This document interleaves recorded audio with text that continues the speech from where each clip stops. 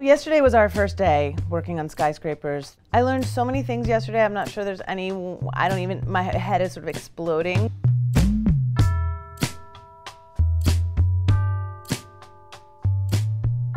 I don't know how many of you know how this came about. Someone sent me a link, maybe it was Trish, and when she put this video up that she and Paula made, and I looked at it and it just seemed so amazing. And then suddenly as I was looking at it, I thought, well, could we do this?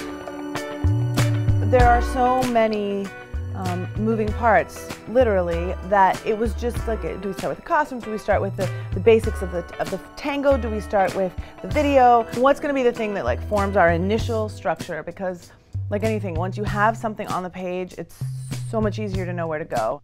Okay, here we go. Like, where do you start? Chicken and egg? Chicken's gonna be all bloody and messy. Egg, crack, smack, meal.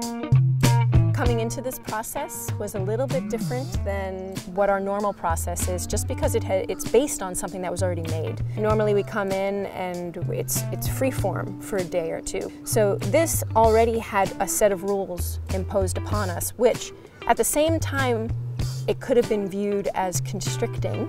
It actually freed us up a lot to think about the things that were happening in the world that was already constructed. I know how surprisingly difficult tango is. It's quite deceptive. You know, even for a dancer, in fact, especially for a dancer, you're really used to having your weight in a very different place and the control of your body in a very different place than you are for tango. So these people just went from being dancers to being tango dancers in an incredibly short period of time. It was so inspiring to watch them and to just see these talented people with such an immense physical vocabulary basically learn a new language.